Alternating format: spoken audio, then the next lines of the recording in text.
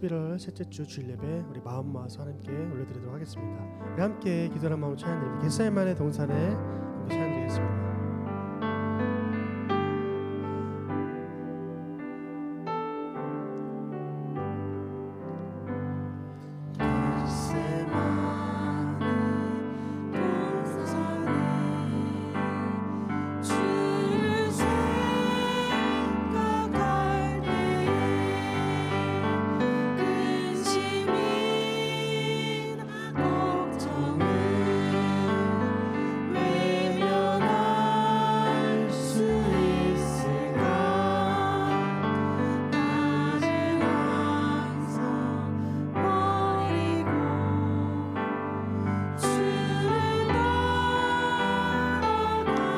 겟세마네 동산에 겟세마네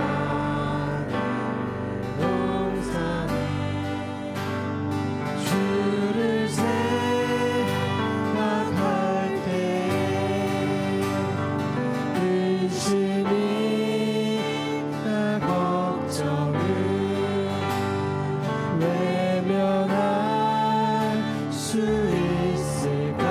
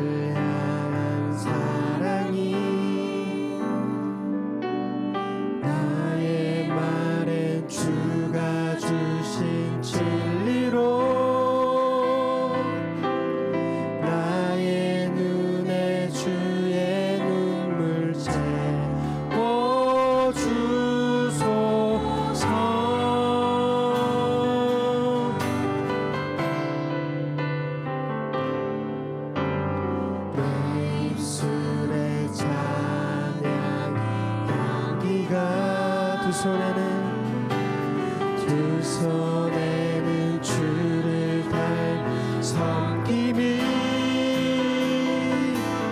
나의 삶의 주의 흔적 나게 하소서. 아멘. 하나님의 사랑이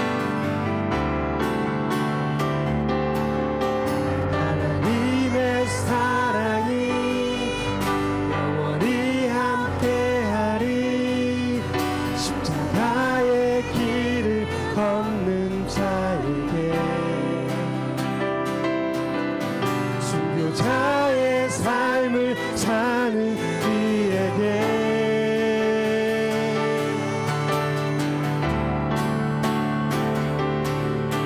조롱하는 소리와 세상 유혹 속에도 주의 순결한 신부가 되리라.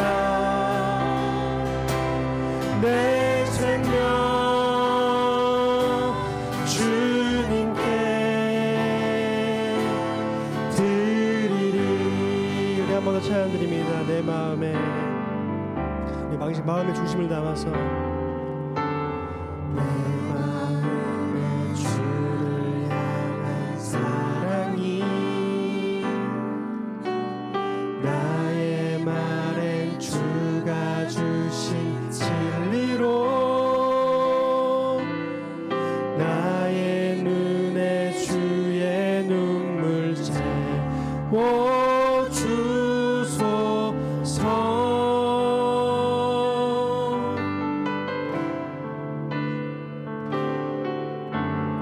내 입술에 찬양의 향기가 두 손에는 주를 닮은 섬김이 나의 삶의 주의 흔적 나게 하소서.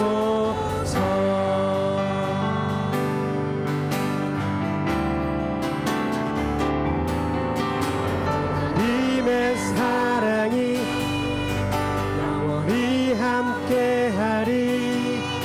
십자가의 길을 걷는 자에게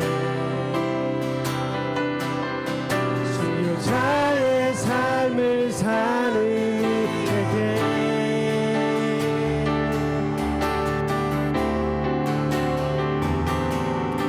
조롱하는 소리와 세상 유혹 속에도 주의 순결한 신부가 되리라. 내 생명 주님께 드리리. 한 번 더 고백합니다. 하나님의 사랑이, 하나님의 사랑이 영원히 함께하리. 십자가의 길을 걷는 자에게 순교자의 삶을 사는 이에게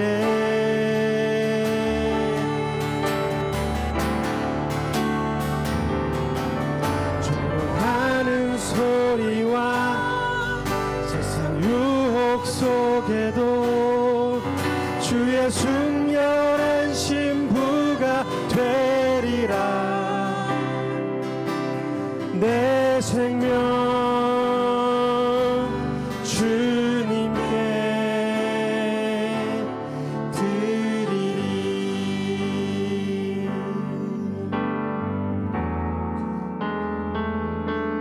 세상을 보니 그들이 증명하는 건 명예와 가진 재물과 힘과 자랑뿐이라. 헛되고 헛돼 허망한 것을 위하여 가장 귀한 주를 부인함이라. 주님을 믿고 주 안에 살아가는 것 얼마나 복된 일인지 증량할 수 없으리.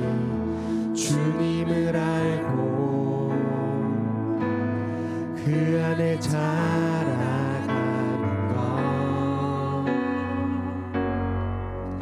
가장 귀한 주를 경험함이라면 하늘의 것을 구하게 것을 영원한 것을 놓치지 않으리. 아멘. 주님의 말씀 내 삶의 능력 되시니 나 주를 힘입어 주의 뜻 이루리. 내가 속한 곳 거룩해 하소서. 주님의 마음 놓치지 않으리. 주님의 세대 믿음이 이어갈 증인이 되어 거룩한 주의 나라 세워가리. 하늘의 것을 구하게 하소서. 아멘. 영원한 것을 놓치지 않으리. 주님의 말씀 내 삶의 능력 되시리. 주를 힘입어 나 주를 힘입어. 아멘. 그의 뜻 이루리. 내가 속한 곳 거룩해 하소서. 주님의 마음 놓치지 않으리. 주님의 세대 믿음이 이어갈 증인이 되어 거룩한 주의 나라 세워가리. 아멘. 마지막으로 한 번 더 찬양드립니다. 세상을 보니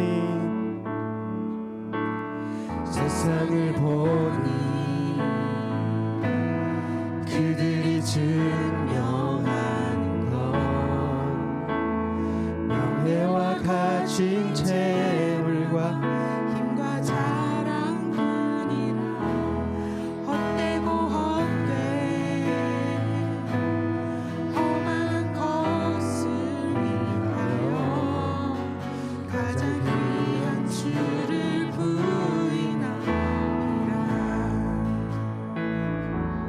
주님을 믿고 주 안에 살아가는 것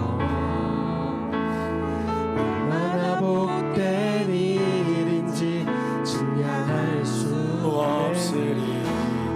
주님을 알고 그 안에 살아가는 것, 그 안에 살아가는 것 가장 귀한 주를 경험한. 아멘. 오늘도 그런 예배가 될 것입니다. 하늘의 것을 구하게 하소서. 영원한 것을 놓치지 않으리.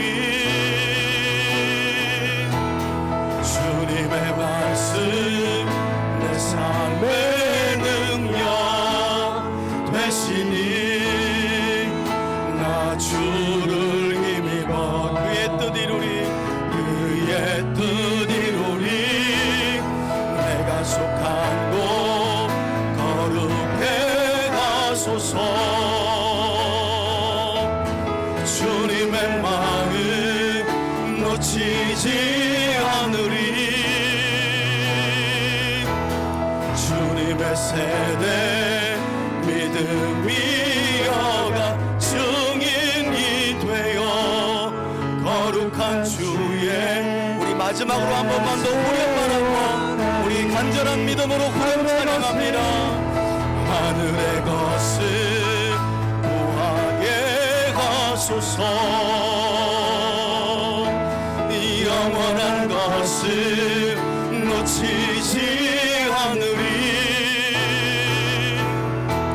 주님의 말씀 내 삶의 능력 되시니 나 주를 힘입어 주의 뜻 이루리. 약속한 곳 거룩해 하소서. 주님의 마음 놓치지 않으리.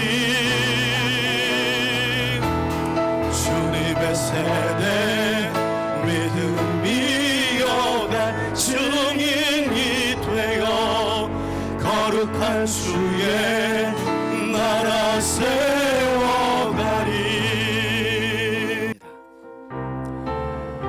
예수 따라가며 함께 힘차게 찬송합시다. 예수 따라가며 복음 순종하면 우리 행할 길 환하겠네. 주를 의지하며 순종하는 자는 주가 늘 함께 가시리라. 의지하고 순종하는 길은 예수 안에 즐겁고 복된 길이로다. 해를 당하거나 우리 고생할 때 주가 위로해 주시겠네. 주를 의지하며 순종하는 자를 주가 안위해 주시리라. 의지하고 순종하는 길은 예수 안에 즐겁고 복된 길이로다. 남의 짐을 지고 슬픔 위로하며 주가 상급을 주시겠네. 주를 의지하며 순종하는 자를 항상 복 내려 주시리라. 의지하고 순종하는 길은 예수 안에 즐겁고 복된 길이로다. 우리 받은 것을 주께 다 드리면 우리 기쁨이 넘치겠네. 주를 의지하며 순종하는 자를 은혜 풍성케 하시리라. 의지하고 순종하는 길은 예수 안에 즐겁고 복된 길이로다. 주를 힘입어서 말씀 잘 배우고 주를 모시고 살아가세.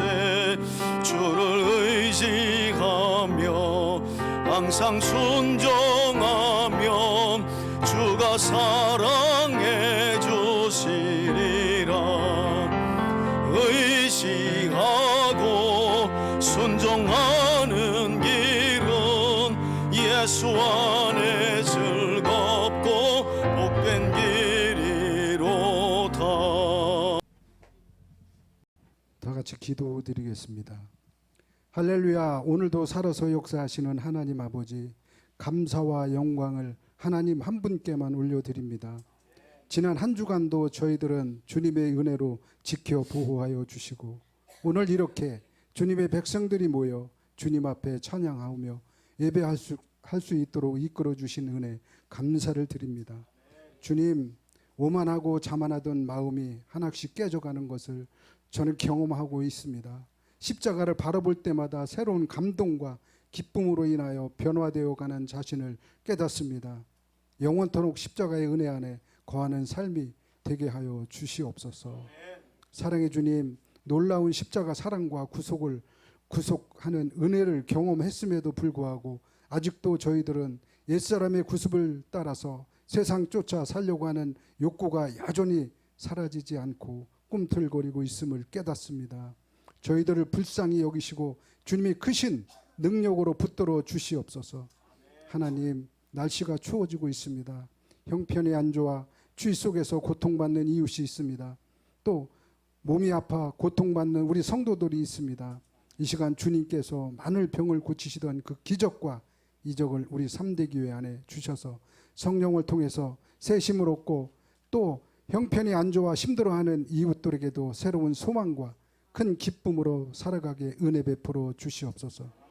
간절히 원하옵나이다. 아버지 하나님, 러시아와 우크라이나 전쟁이 오래 지속되고 있습니다. 어린아이가 죽어가고 있습니다. 또 하마스와 이스라엘의 전쟁을 하고 있습니다. 이 전쟁의 승자는 없습니다. 하나님께서 하루빨리 이 전쟁을 종식시켜 주시옵소서. 우리 한반도에도 전쟁의 아픔을 겪고 살아가고 있습니다. 앞으로는 전쟁 없이 평화롭게 살아갈 수 있도록 하나님께서 은혜 베풀어 주시옵소서. 하나님 아버지, 박영화 목사님을 위해서 기도드리겠습니다. 불철주야 목회를 위해 헌신하시는 목사님을 성령의 능력으로 붙드시고 말씀을 전하실 때마다 듣는 자 모두가 은혜를 받고 성령 충만받는 복된 예배가 되게 하여 주시옵소서. 항상 건강 지켜주실 것을 믿습니다. 오늘도 예배를 돕는 손길들 위에도 함께 하시고 어려운 환경 가운데서도 주님의 몸된 교회를 위하여 봉사하는 저들의 수고 위에 주님이 채우시는 위로가 넘쳐나게 하시옵소서. 예배의 시종을 주님께 의탁하오며 예수 그리스도의 이름으로 기도드리옵나이다. 아멘. 오늘 함께 나눌 말씀은 마가복음 10장 32절로 45절까지의 말씀입니다. 예루살렘으로 올라가는 길에 예수께서 그들 앞에 서서 가시는데 그들이 놀라고 따르는 자들은 두려워하더라. 이에 다시 12제자를 데리시고 자기가 당할 일을 말씀하여 이르시되, 보라, 우리가 예루살렘에 올라가노니 인자가 대제사장들과 서기관들에게 넘겨짐에 그들이 죽이기로 결의하고 이방인들에게 넘겨주겠고, 그들은 능욕하며 침뱉으며 채찍질하고 죽일 것이나 그는 3일 만에 살아나리라 하시니라.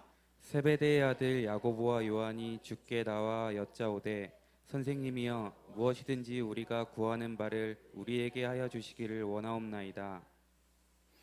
이르시되 너희에게 무엇을 하여 주기를 원하느냐? 여짜오되, 주의 영광 중에서 우리를 하나는 주의 우편에 하나는 좌편에 앉게 하여 주옵소서. 38절입니다. 예수께서 이르시되 너희는 너희가 구하는 것을 알지 못하는도다. 내가 마시는 잔을 너희가 마실 수 있으며 내가 받는 세례를 너희가 받을 수 있느냐? 그들이 말하되 할 수 있나이다. 예수께서 이르시되 너희는 내가 마시는 잔을 마시며 내가 받는 세례를 받으려니와 내 좌우편에 앉는 것은 내가 줄 것이 아니라 누구를 위하여 준비되었든지 그들이 얻을 것이니라. 열 제자가 듣고 야고보와 요한에 대하여 화를 내거늘 예수께서 불러다가 이르시되 이방인의 집권자들이 그들을 임의로 주관하고 그 고관들이 그들에게 권세를 부리는 줄을 너희가 알거니와 너희 중에는 그렇지 않을지니 너희 중에 누구든지 크고자 하는 자는 너희를 섬기는 자가 되고 너희 중에 누구든지 으뜸이 되고자 하는 자는 모든 사람의 종이 되어야 하리라. 45절은 함께 읽습니다. 인자가 온 것은 섬김을 받으려 함이 아니라 도리어 섬기려 하고 자기 목숨을 많은 사람의 대속물로 주려 함이니라. 아멘. 예, 할렐루야.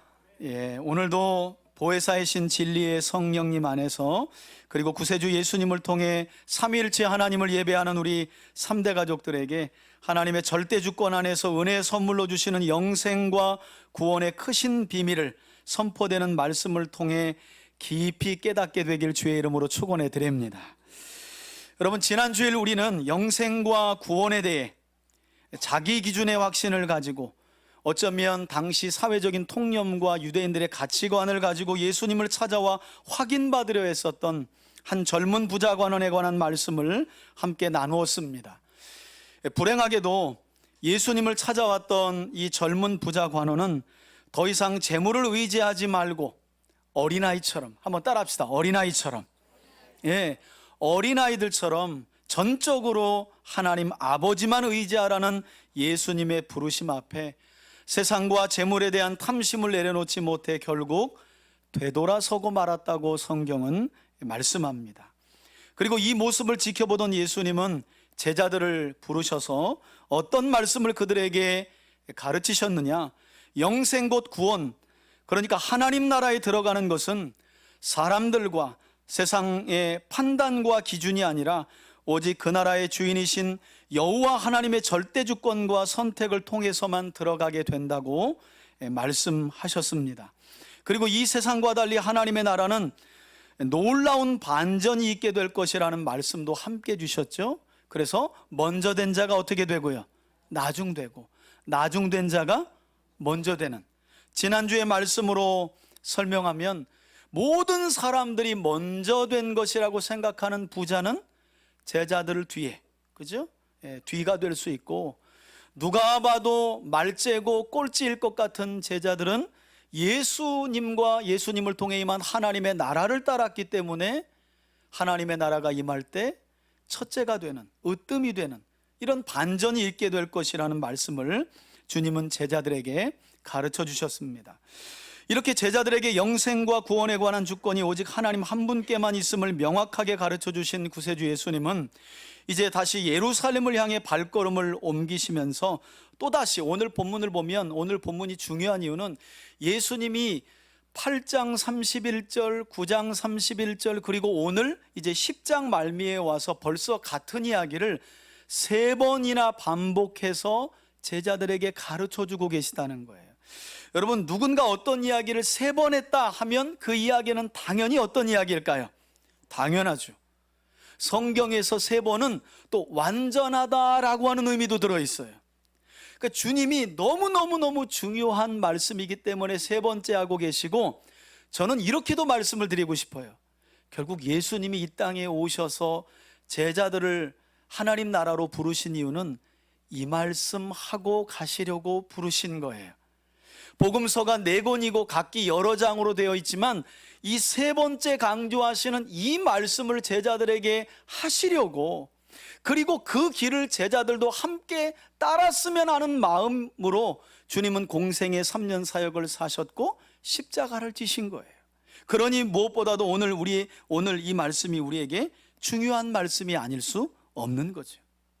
어쩌면 오늘 이 말씀은 오늘 이후로 계속해서 내가 신앙생활을 할 것인가, 아니면 말 것인가, 제자의 삶을 살아갈 것인가, 아니면 무리의 삶을 살 것인가를 결단해야 하는 그런 기로에 서는 말씀이기도 하다는 거예요.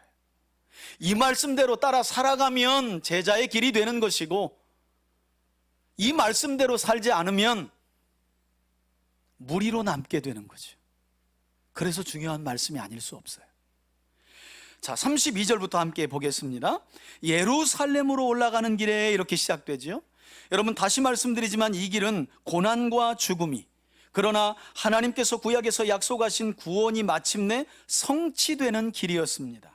그러나 동일한 말씀을 기록하고 있는 누가복음 18장 31절에는 이때 예수님께서 어떤 말씀을 덧붙였다라고 기록하고 있느냐 하면, 예수님이 이 말씀 뒤에 선지자들을 통해 예언된 말씀이 자신에게 응할 것이다 라는 말씀을 이때 하셨다고 누가는 빼놓지 않고 기록하고 있어요.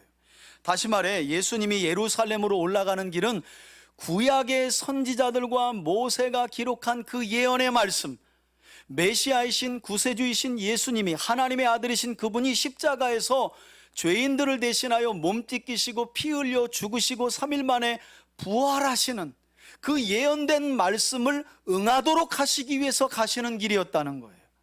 여러분, 그렇다면 예수님은 지금 뭐 하러 가시는 거예요? 죽으러 가시는 길이에요. 이걸 기억해야 돼요. 죽으러 가시는 길이에요. 자, 이렇게 예루살렘으로 예수님은 죽으러 가시는데, 성경은 이렇게 말합니다. 예수께서 그들 앞에, 즉 제자들 앞에 서서 가시는데 제자들은 놀래했고, 제자들만 있었던 것이 아니에요. 예수님이 메시아로서의 기적과 표적과 이적을 행하니 많은 무리들이 함께 줄지어 따라갔습니다. 그러나 따르는 자들도, 무리들도 두려워했다라고 성경은 말씀해요. 이것은 제자들과 따르는 무리들이 보기에 예수님께서 다른 때보다 더 굳은 의지와 결단을 가지고 예루살렘으로 올라가신 모습을 봤기 때문에 제자들은 두려워했을 수 있어요. 그리고 또 한편으로 이후에 오가는 대화의 내용을 보면 당시 제자들과 예수님을 따르는 무리들은 어떤 생각을 가지고 있었느냐? 유월절을 지키기 위해 각지에서 모인 유대인들을 규합해서 예수님이 이제 본격적으로 로마 군대를 대항하여 큰 전쟁을 일으키고 마침내 이스라엘 나라를 독립시킬 것이라는 생각을 가졌던 것으로 보여요. 이런 생각을 가졌기 때문에 예수님의 제자들 중에 야고보와 요한이 이제 영광을 취할 것인데 우리를 좌우편에 앉혀주십시오라는 내용이 뒤에 나오는 거죠. 그러니까 지금 제자들은 죽으러 가시는 예수님을 보고 영광을 취하러 가시는 예수님으로만 생각하며 그 영광의 좌우편에 누가 앉을 것인가에만 관심을 가졌다는 거예요. 그래서 그들은 일종의 거사를 생각하며 두려운 마음을 가진 거예요. 여러분, 저는 이런 생각이 들더라고요. 신앙생활을 해도 하나님의 뜻이 어디인지 모르면 여러분 두려움 가운데 신앙생활할 수밖에 없어요. 제가 아주 중요한 얘기 하는 거예요. 하나님이 누구인지를 말씀을 통해 모르면 일생에 하나님을 두려워하면서 살아가요. 여기서 두렵다는 건 부정적인 의미예요. 무서운 분으로만 여기며 살아간다는 거예요. 왜? 언제나 저분은 내 뜻대로 안 하고 자기 뜻대로 하시는 분이니까 그런 하나님을 믿는 신앙생활이 무서운 거예요. 늘 그냥 교회를 다니는데 불안할 수밖에 없는 거예요. 왜? 내 뜻대로 안 해주시니까. 어쩌면 제자들과 무리들의 두려움과 불안함은 바로 그런 의미가 아니었을까 하는 생각이 들어요. 주님이 걸어가시는 길이 어떤 길인지 알았다면 이들은 이렇게 그냥 개념 없이 두려워하지는 않았을 거예요. 자, 그래서 이어지는 말씀을 보니까 이런 말씀이 이어지죠. 예수님께서는 다시 놀라 두려워하는 12제자를 데리시고, 그래서 오늘 설교 제목이 또 나오는 게 제자도잖아요. 제자도. 제자들에게 하시는 말씀이거든요. 세 번째, 순환과 함께 제자도를 가르쳐 주세요. 자기가 당할 일을 그들에게 말씀하여 이르시되, 이렇게 예수님은 마가복음 8장과 9장에 이어서 벌써 세 번째로 자신이 당할 순환을 예고하셨다는 거예요. 특히 여러분, 이 세 번째 순환 예고는 앞선 예고들보다 훨씬 상세하게 가르쳐 주고 계신 것을 볼 수 있어요. 왜 그럴까요? 2번 했는데도 잘 못 알아듣는 거예요. 여러분, 그건 제 개인적인 경험인데요. 제가 이제 신학교 학부를 나왔잖아요. 신학대학원 3년을 됐잖아요. 목사 안수를 받았잖아요. 근데 신기한 건 물론 신앙의 연륜이라는 과정이 필요하지만 하나님의 마음이 그래도 잘 안 보여요. 목사가 되었는데도 하나님의 마음이 잘 안 보이더라는 거예요. 교회 일은 잘 보여. 시키는 건 열심히 잘했어. 근데 하나님의 마음이 안 보여요. 여러분, 왜 그럴까요? 내가 하고 싶은 소원이 하나님의 뜻보다 크면 안 읽혀지고 안 들리고 안 보이는 거예요. 그래서 신앙이 멈추어요. 여러분, 신앙생활 오래 하신 분들을 보면 더 이상 신앙이 자라가는 걸 잘 못 보죠. 왜 그럴까요? 더 이상 하나님의 뜻에 관심을 두지 않기 때문이에요.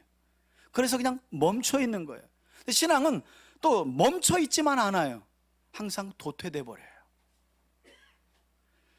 지금 3년이라는 공생의 기간 동안 제자들은 예수님과 동고동락했던 사이입니다. 세 번째 말씀을 주시는데도 이미 2번 하셨는데도 안 들리는 거예요. 왜 이게 안 들렸을까? 여러분, 정말 오늘 설교를 다 깨닫지 못하시더라도 집에 돌아가서 왜 제자들에게 이 3번에 걸친 음성이 왜 안 들리고 안 읽혀지고 마음에 새겨지지 않았을까?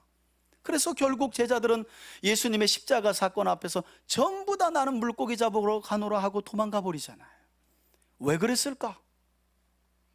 정말 한번 오늘 돌아가셔서 남은 주일 한번 나의 신앙과 비추어서 한번 생각해 보셨으면 좋겠어요. 자, 상세하게 세 번째는 설명해 주세요. 33절 보세요. 보라, 우리가 예루살렘으로 올라가니 제자들과 함께하니까 우리라고 표현하신 거죠. 인자가 예수님 자신을 말해요. 특별히 복음서에서 인자라고 예수님이 자신을 표현하실 때는 항상 고난을 앞둘 때 인자라는 말을 많이 두세요. 인자가 대제사장들과 서기관들에게 넘겨짐에 그들이 예수님 자신을 죽이기로 결의하고 이방인들에게 넘겨주겠고, 여기서 이방인은 로마 군인들을 말하죠. 이방인들에게 넘겨주겠고 그래요. 그러니까 지금 예수님은 제자들과 따르는 무리들이 생각했던 길과는 어떤 길이에요?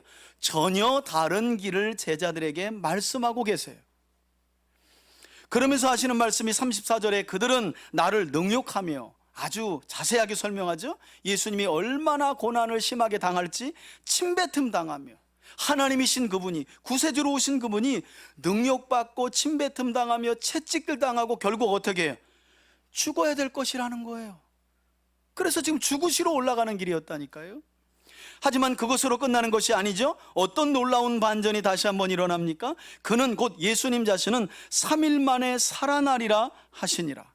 즉 예수님의 구원 사역은 제자들이나 무리들의 생각처럼 세상적인 방법으로 전쟁을 통해 누군가를 압제하고 군림해서 완성되는 나라가 아니라, 예수님 자신이 이사야서의 예언과 같이, 특별히 이사야서 53장에 보면 고난장이잖아요. 메시아가 오면 메시아로서의 사역을 감당하며 고난받고 죽으심으로 하나님의 구원 사역을 완성할 것이라고 750년 전 이사야 선지자가 예언했는데, 그 예언대로 예수님은 자신이 고난받고 죽으시고 부활하심으로 하나님의 구원을 성취한다는 사실을 이처럼 세 번째로 가르쳐 주셨다는 거예요. 벌써 세 번째예요. 목회를 해보니까 세 번이 아니라 30번도 해야 되겠더라고요. 그게 또 목회자의 사명이더라고. 개척하고 젊었을 때는 이 정도 했는데도 못 알아듣나? 하고 제가 기운이 빠지는 거예요. 이 정도 하고? 아니 어떻게 저렇게 안 변할 수가 있지? 근데 신앙생활을 해보고 예수님과 제자들과의 관계를 돌아보니까 목회자는 3번이 아니라 30번이 아니라 300번이라도 같은 증언을, 복음을 잘 가르쳐서 깨달을 때까지, 왜? 깨달음도 하나님이 주시는 거니까 그 하나님의 때를 기다리는 게 목회자구나. 이제 좀 성숙해 보여요? 이제 조금씩 50 다 돼가니까 영그러 보이죠? 아직 멀었어요. 그런데 그래서 그런 조바심은 좀 덜 나요.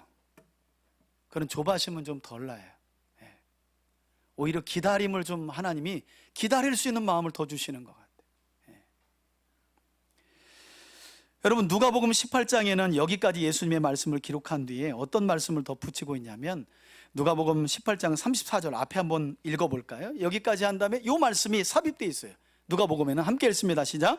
제자들이 이것을 하나도 깨닫지 못하였으니 그 말씀이 감추었으므로 그들이 그 이르신 바를 알지 못하더라. 아멘. 아멘. 문자대로라면 이 말씀이 예수님의 순환과 죽음이 비밀처럼 감추어져 있기도 하지만, 그러니까 하나님이 감추어뒀기 때문에 제자들이 3번을 말해도 몰랐구나, 이렇게만 보시면 안 돼요. 근데 이후에 벌어지는 내용을 보면 왜 하나님이 감추셨는지를 알 수 있어요. 왜냐하면 제자들이 예수님이 올라가는 길을 통해 자기들이 원하는 소원이 있었거든요. 그것 때문에 하나님의 감추심도 있지만 그들 스스로 감추어 버렸어요. 하나님의 말씀이 그들이 하나님의 소원보다 더 큰 소원을 가진 것으로 인해 감추어져 버린 거예요. 예언이 성취되어 버렸어요. 만일 그들이 예수님이 올라가는 길이 어떤 길인지를 알고자 하고, 주님 모르겠습니다, 그 길을 왜 우리가 깨닫지 못하는지 알려주세요, 왜 예수님이 죽어야 합니까? 붙들려야 합니까? 왜 구세주이신 예수님이 죽으셔야 됩니까? 라고 붙들고 물어봤다면 이 말씀은 비밀로 감추어지지 않을 말씀이었을 거예요. 그러나 그들의 소원은 하나님의 소원보다 컸어요. 영광을 취할 텐데 좌우편을 누가 앉을 것인가? 내가 앉아야지. 여러분, 가만히 생각해 보면 오늘날 신앙생활 한다고 하는 분들, 많은 분들의 마음에 바로 이 마음이 있는 거 아니에요? 어떻게 하면 하나님 잘 믿어서 내 자식 잘 되고 내 사업 잘 되고 내 형편이 조금 더 나아질까? 이게 바로 야고보와 요한이 영광 중에 예수님이 앉으시면 좌우편에 우리가 앉길 원합니다 하는 그 마음 아니겠어요? 똑같은 마음 아니겠어요? 자, 중요한 건 이렇게 벌써 3번이나 반복하고 있는 예수님의 말씀을 제자들이 하나도 깨닫지 못했다는 것인데요, 깨닫지 못한 이유를 35절 이후에서 설명하지요. 제자들이 3번째 순환 예고를 듣고 나서 어떤 반응을 보였느냐? 35절입니다. 세베대의 아들 야고보와 요한이 주께 나와 이르되, 지금 예수님은 심각하리만큼 아주 심각한 예언을 하고 있는데, 자신의 죽음을 예고하고 있는데 야고보와 요한이 나와 이렇게 말합니다. 선생님이요, 무엇이든지 우리가 구하는 바를 우리에게 좀 주시길 원합니다. 좀 주셔야 되겠습니다. 그러면서 36절에 이에 예수께서 이르시되 도대체 너희가 뭘 원하는데? 예수님이 또 이렇게 물으세요. 그랬더니 세베대의 두 아들이 뭘 구해요? 여짜오되, 구하겠사오니, 이런 말이죠. 주의 영광 중에서 그래요. 주의 영광 중에서. 즉 예루살렘에서, 예수님께서 예루살렘으로 올라가셔서 영광의 자리에 앉으실 때에 그것만 하는 거예요. 그냥 영광만. 그래서 제가 간혹 그런 말씀 드리잖아요. 복음을 전할 때, 어려운 지경에 있는 사람들에게 복음을 전할 때 하나님이 소망이 되십니다. 반드시 그 어려움을 이기게 해주실 것입니다. 하나님이 반드시 어려움을 이겨서 잘 되게 하실 것입니다. 좋아요. 여러분, 그렇게 교회에 오면 뭘 가르쳐 줘야 돼요? 이제 그리스도인다운 삶을, 거룩한 삶을 가르쳐야 하는 거예요. 교회 온 뒤에도 기도하면 다 됩니다, 다 잘 될 겁니다. 그러면 우리 삶에 불행이 없어야 되잖아요. 그래서 불행이 찾아오면 그걸 견디지 못하고 뭐야? 다 잘 된다 그래서 왔는데 안 되잖아. 기도하면 다 들어준다 그랬는데 기도하는 것마다 안 들어주네. 어쩌다가 찔끔 한 번이네. 그리고 다 돌아서서 가는 거 아니에요. 어쩌면 교회 스스로가 거짓된 복음을 가르쳐 주어서 이런 결과가 일어났는지도 몰라요. 당뇨병, 영적인 당뇨병에 걸리도록 너무 달콤한 복음만 가르쳐 주는 거예요. 교회만 나오면 다 끝난다는 거예요. 물론 하나님이 크신 구원의 은혜를 베풀어 주시지요. 그러나 그것만 있는 건 아니잖아요. 믿음 때문에 당하는 고난이 있잖아요. 내가 나를 계속 깎아내려야 하는, 겸손하게 낮아야 하는 아픔도 있잖아요. 손해도 봐야 하잖아요. 이유 없는 핍박도 당해야 되잖아요. 그런 것들을 하나도 얘기하지 않는 거예요. 그냥 좋은 게 좋은 거라고 찬양 불러가면서 그냥 막 기도해 가면서 방언하고, 다 잊어버립시다. 여러분, 그게 잊어집니까? 그게 없어집니까? 안 없어지죠. 어쩌면 지금 제자들이 그 헛된 영광을, 예수님이 지금 죽으러 간다는 이야기를 듣고 영광 중에 앉으시면 우리를 좌우편에 앉게 하여 주옵소서, 그걸 꿈꾸고 있다는 거예요. 여러분, 야고보와 요한의 형제의 요청에서도 알 수 있듯이 지금 제자들은 하나같이 그냥 영광만 보고 있어요. 영광만.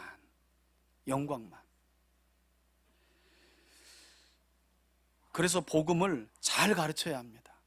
물론 여러분, 지혜는 또 필요합니다. 막 전도할 사람에게 예수님이 이렇게 당신을 위해서 십자가에 죽으셨는데 너도 교회 다니면 죽어야 돼? 아유, 그렇게 또 지혜가 없어. 교회만 나오면 이제 넌 그때부터 이제 죽었어 이제 막. 그건 아니지. 하나님이 고쳐주십니다. 치료해 주십니다. 왜? 사실이니까.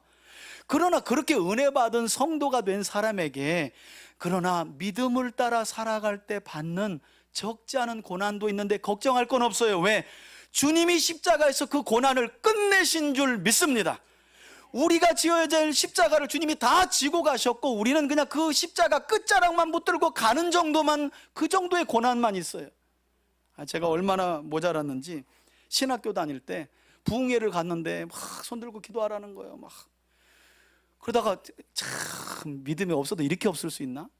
막 더 뜨겁게 막 기도하면 하나님 왠지 선교사로 부를 것 같아. 그래서 손을 이렇게 올리다가 이렇게 약간 내렸어요. 이렇게 좀 들뜨고, 이러면 선교사로 안 부를까 봐.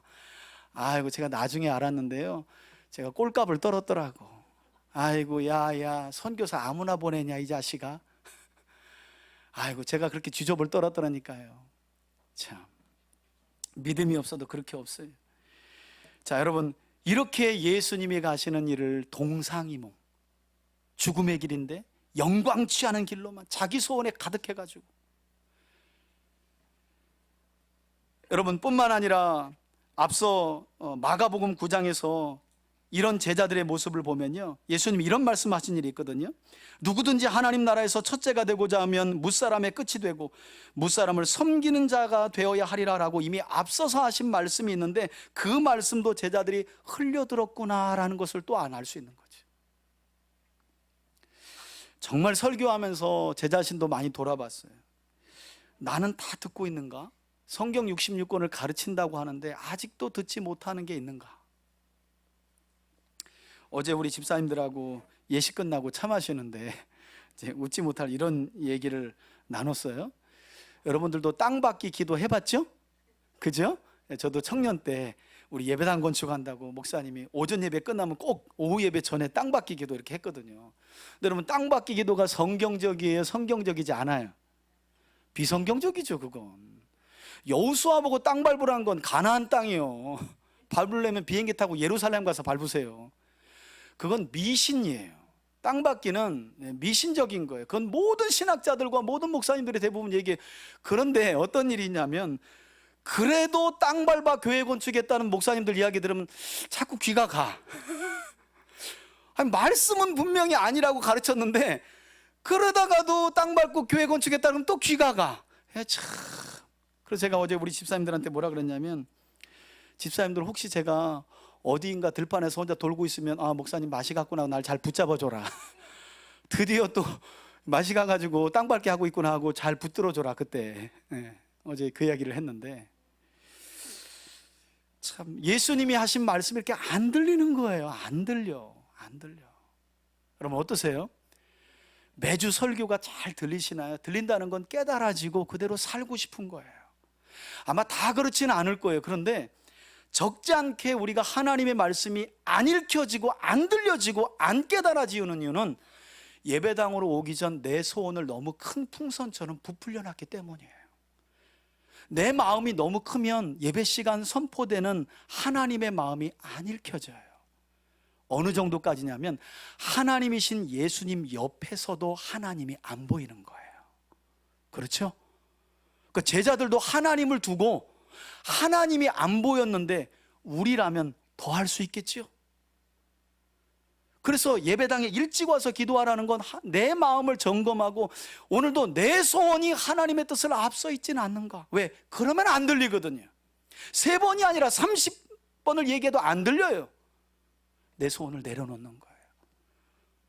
주의 백성으로 나를 부르셨사오니 주의 백성에게 주시는, 하나님의 자녀인 저에게 주시는 말씀을 순결하게 순수하게 받아들이게 해주세요 하고 기도하는 거죠. 여러분, 동일한 말씀을 기록하고 있는 마태복음 20장을 보게 되면, 마태는 이렇게 야고보와 요한, 이 세베대 두 아들이 예수님께 영광 중에 좌편과 우편을 주십시오 하는 이 청탁에 배우가 있었다 그래요. 마태는 그 배우가 누구냐면 이들의 어머니 살로메였다는 거예요. 그러니까 이제 한국이나 이스라엘이나 비슷해. 치맛바람은 이거야. 아무튼 다 큰 두 아들 영광 중에 좌편과 우편 앉아야 되겠다고 세베대 아내인 살로메가 치맛바람 일으킨 거예요. 여러분, 더 흥미로운 사실은 뭔지 아세요? 이 살로메가 예수님의 육신의 어머니 마리아와 자매가 아니었다는 거예요.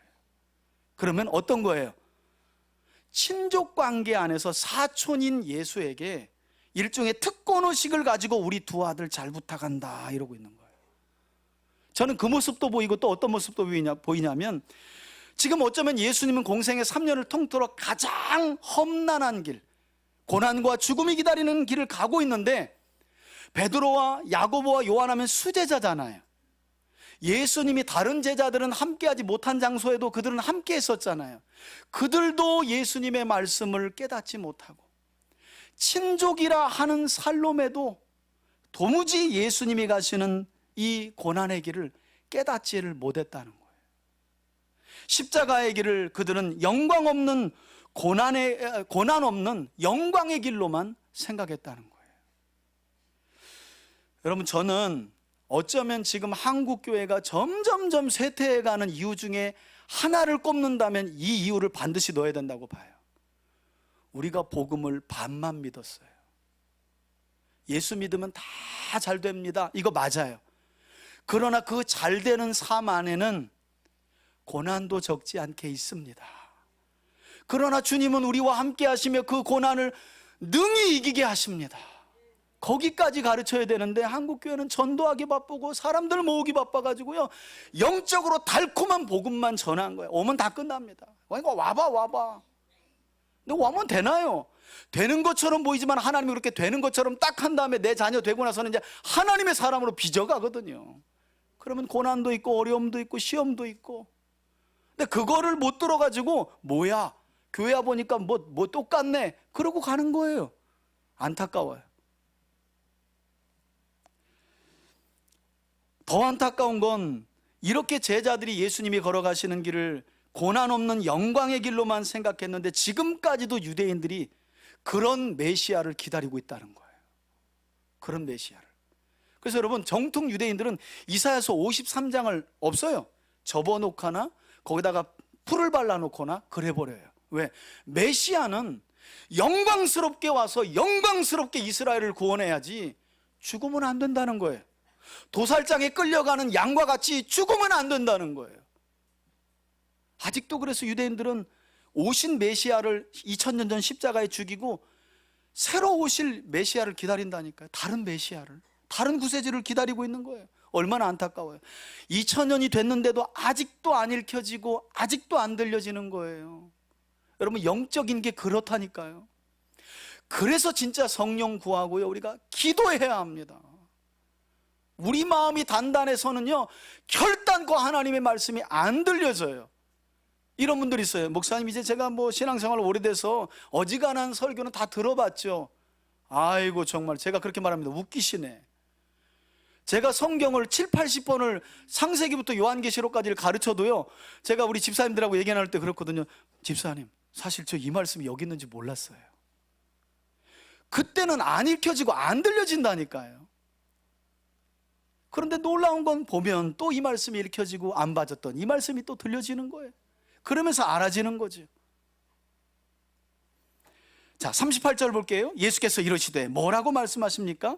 예수님이 깨몽 그래. 깨몽이라는 건 꿈깨라는 거예요. 깨몽 그래.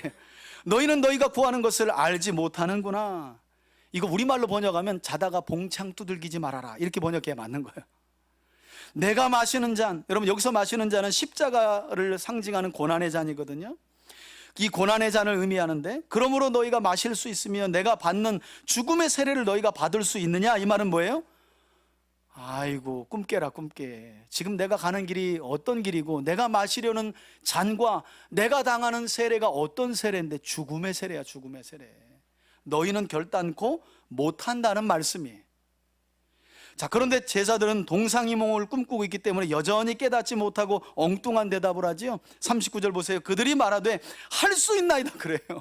할 수 있나이다. 아무튼 여러분, 무식하면 용감하고요, 이 할 수 있나이다 때문에 나중에 예수님이 그럼 그렇게 되겠지, 또 그러세요. 실제로 그 길을 걸어가 버렸어요. 그래서 여러분, 아멘 잘하셔야 돼요. 그냥 막 순복음은 자다가도 그냥 여러분 이렇게 하면 큰 벌을 받습니다. 아이고, 아멘 또 그래요. 아무 때다 아멘하고 아무 때나 할 수 있습니다 하면 안 된다니까. 엉뚱한 대답을 하죠. 할 수 있나이다. 그랬더니 예수께서 이 황당한 대답을 들으시고 이르시되 뭐라고 말씀하세요? 너희는 내가 마시는 잔을 마시며 내가 받는 세례를 받을 거야 그래요, 예수님이. 자, 이것은 야고보와 요한 두 제자를 향한 일종의 예언적인 말씀이 되어버렸는데요, 실제로 이 예언을 따라서 사도행전을 보면 야고보 사도는 최초의 순교자가 되죠, 실제로.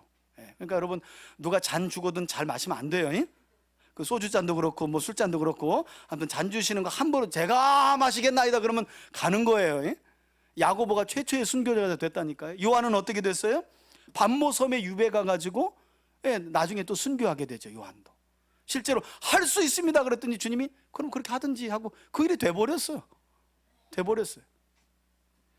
자, 그러면서 하시는 말씀이 40절에 내 좌우편에 앉는 것은 내가 줄 것이 아니라 누구를 위하여 준비되었든지 간에 그들이 얻을 것이니라. 즉 예수님의 보좌 좌우편은 오직 주권자이신 하나님께서 정하신 자들에게만 앉힐 것이다 라고 주님이 말씀하셨다는 거예요.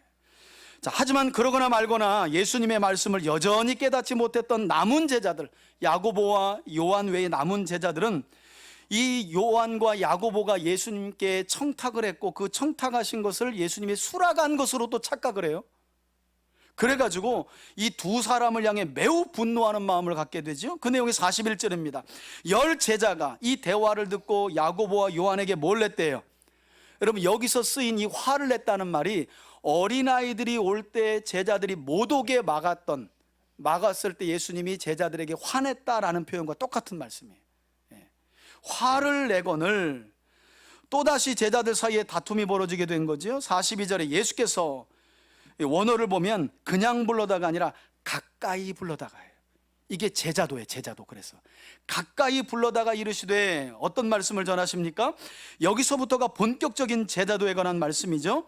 얘들아, 이방인의 집권자들이 그들의 임의로 주관하고 그 고관들이 그들에게 권세를 부르는 줄을 너희가 알거니와 그러죠. 즉 세상 나라와 권세자들은 그 세상의 통치 방법이라는 것은 그들이 가진 권력으로 사람들을 주관하고 그 권력을 휘둘려서 군림하고 압제함으로 다스리지만, 여러분 실제로 예수님 당시 이스라엘은 누가 다스렸어요? 로마가 이와 같이 힘과 권력과 칼로 다스렸거든요. 이게 세상 나라의 원리라는 거예요. 그러나 43절에 너희 중에는, 이건 제자 공동체를 말해요. 우리로 말하면 교회를 말하는 거예요. 너희 중에는 그렇지 않을지니, 이 말은 그렇게 해서는 안 된다는 거예요. 그건 지극히 하나님 밖에 있는 세상 나라 사람들의 통치 방법이라는 거예요. 세상에서 높아지는 길이라는 거예요. 그러나 너희 중에는 그렇게 하지 말아야 된다는 거예요. 교회는 그렇게 하면 안 된다는 거예요. 제자들은 그러면 안 된다는 거죠. 그러면서 예수님은 평행법을 사용하시며 설명하시는데, 너희 중에 누구든지 크고자 하는 자는 어떤 자가 되고요? 섬기는 자가 되고, 너희 중에, 여기서 너희 중에 그래요. 교회는, 제자 공동체는 너희 중에 누구든지 으뜸이 되고자 하는 자는 모든 사람의 뭐가 되어야 한다? 종이 되어야 하리라 하시면서 영원한 하나님 나라의 기업을 받은 제자들의 삶의 방식에 대해 이와 같이 가르쳐 주셨다는 거예요. 내 나라는 세상 나라의 통치 방법과 삶의 방식과 완전히 다르다는 거예요. 다르다는 거예요. 세상 나라는 힘 있는 자가 힘 약한 자들 위에 군림해서 압제하고 강제로 협박해 가면서 군림하지만, 하나님 나라는 힘 있는 자들이 오히려 힘 없는 자들의 발을 닦아주고 섬겨줘 가면서 그런 자들이 또 으뜸이 되는 그런 나라가 하나님 나라라는 거예요. 자, 그리고 난 후에 예수님은 친히 말씀하신 하나님 나라를 이루시기 위해 자신이 이 땅에 오신 것임을 가르쳐 주시면서 이 일을 위해 자신이 본이 된다라는 말씀도 하시죠. 마지막에 이 말씀을 하십니다. 45절 말씀은 대부분의 마가복음 책을 보면 마가복음의 주제 성구 하면 요 구절이 나와요. 여러분, 마가복음 16장의 핵심 성구가 뭡니까? 그러면 요 구절이 딱 나와요. 그만큼 중요한 구절이에요. 하나님 나라의 원리, 예수 그리스도를 통해 이 땅에 임하게 될 하나님 나라는 어떤 모습으로 돌아가느냐, 이 모습으로 돌아간다는 거예요. 45절입니다. 인자가 온 것은 섬김을 받으려 온 것이 아니라 도리어 어떻게 해요? 섬기려 하고 자기 목숨을 많은 사람의 대속물로 주려 함이니라. 아멘. 이렇게 말씀하셨어요. 여러분, 어쩌면 바로 이러한 역설적인 하나님 나라의 질서와 그 나라에 속한 제자들의 새로운 삶의 방식 때문에 이 말씀 앞에서 지금도 많은 사람들이 부자관원과 같이 예수님 앞에서 돌아서고 있는지도 몰라요. 어쩌면. 생각해 보세요. 부자관원은 재물과 세상을 사랑해서 그걸 내려놓지 못해 돌아서고, 그나마 교회에 온 사람들은 여기까지는 왔는데 자기 소원을 내려놓지 못해서 하나님의 소원을 볼 수 있는 믿음의 눈이 없어서 결국 또 돌아서서 나아가요. 통계를 보면 그렇게 나간 가나안 성도가 얼마나 많은지 모른다는 거예요. 얼마나 많은지 모른다는 거예요. 지금도 코로나가 끝났는데. 왜냐하면 이런 분들은 한때 하나님을 믿고 교회를 다니며 이 세상에서 더 높아지고 더 큰 힘을 가져서 사람들 앞에 자신을 뽐내고 그리고 군림하고 싶었는데, 하나님과 하나님의 말씀을 배워가며 깨달으면 깨달을수록 그 길이 하나님 나라에서는 꼴찌가 되는 길이라는 사실을 자꾸 알아가니까 신앙의 동력을 잃어버리는 거예요. 아니 부자 되려고 교회 다녔는데 부자는커녕 자꾸 헌금만 내라 그래. 에이, 아니 우리 남편 좀 승진 좀 하려고 그랬는데 자꾸 회사를 때려쳐. 에이, 여러분은 지금 어떤 목적으로 예배당을 밟고 계시나요? 어떤 목적으로 하나님을 찾고 계시나요? 그 소원이 하나님의 소원보다 더 큰 풍선처럼 부풀려 있지는 않나요? 그렇다면 여러분들은 볼 수 없습니다. 여러분들은 들을 수 없고요, 여러분들은 깨달을 수 없어요. 여러분, 사도행전 20장을 보면 사도행전 9장에서 부활하신 예수님을 만난 사도 바울의 마지막 3차 선교 여정 이후의 내용이 기록되어 있는데, 거기 보면 바울이 밀레도라는 지역에 도착해서 에베소 교회 장로들을 불러가지고 마지막 유언과도 같은 말씀을 비슷하게 그들에게 하는 내용이 나와요. 그러면서 그들이 어떤 말을 했느냐, 사도행전 20장 23절로 24절 우리 앞에 보시고 함께 한번 마지막으로 우리 읽어볼까요? 함께 읽습니다. 시작. 오직 성령이 각 성에서 내게 증언하여 결박과 환난이 나를 기다린다 하시나, 내가 달려갈 길과 주 예수께 받은 사명 곧 하나님의 은혜의 복음을 증언하는 일을 마치려 하면은 나의 생명조차 조금도 귀한 것으로 여기지 아니하노라. 아멘. 아멘. 여러분, 이게 진짜 복음을 믿은 사람의 삶 아니겠어요? 주님이 걸어가시는 길을 영광의 길로만 본 것이 아니라 사도 바울은요, 에베소 교회 장로들이 만류합니다. 소문 들으니까 지금 바울 선생님 예루살렘 올라가면 큰일 납니다. 더 놀라운 사실은 여러분, 이때 바울이 뭐라고 하냐면, 복음을 전하는 일에는 내 생명이 아깝지 않다, 나도 성령을 통해 결박과 환난이 기다리고 있다는 것을 계시로 봤다, 그리고 가고 있는 거예요. 여러분, 이런 사도 바울이 누굴 닮았을까요? 예수님 똑같이 닮았잖아요. 십자가 알고 걸어가시잖아요. 예루살렘 올라가면 환난과 결박, 요거 두 개밖에 없다. 그런데 간대잖아요. 왜? 복음을 전하는 일에는 나의 생명을 조금도 귀한 것으로 여기지 않은 것이 제자된 바울의 삶이었어요. 더 기가 막힌 건, 바울이 그렇게 해서 예루살렘 가까이 가는데 가이사랴 항구에 잠깐 머물러요. 거기에도 가정교회가 있는데 성도들이 바울 선생님 왔다고 삼삼오오 모였습니다. 그런데 그들이 전날 밤 바울을 위해서 기도하는데 성령께서 똑같은 음성을 주세요. 바울이 예루살렘 올라가면 죽는다. 그러면서 바울을 막아라. 그들은 그렇게 음성을 들어요. 바울이 가는 길을 막아라. 바울 올라가면 죽을 수도 있다. 여러분, 바울이 멈춥니까? 예루살렘 올라갑니까? 올라가잖아요. 우리 같으면 어떻게 했을까요? 지난날 성령이 이렇게 얘기했는데 여기서는 이렇게 얘기하니까 이 성령이 맞나 보다. 왜? 그 음성이 내게 유익하거든. 근데 바울은요, 제자들이 우리가 기도할 때 그래요. 기도할 때 당신이 예루살렘에 올라가면 큰 환난이 기다린다고 하는데 이거 올라가면 안 되는 거 아니냐, 그래서 기도할 때 성령이 당신을 막으라고 우리에게 그 계시를 준 거 아니겠습니까? 이렇게 설득을 한다니까요. 바울이 끔찍이지 않아요.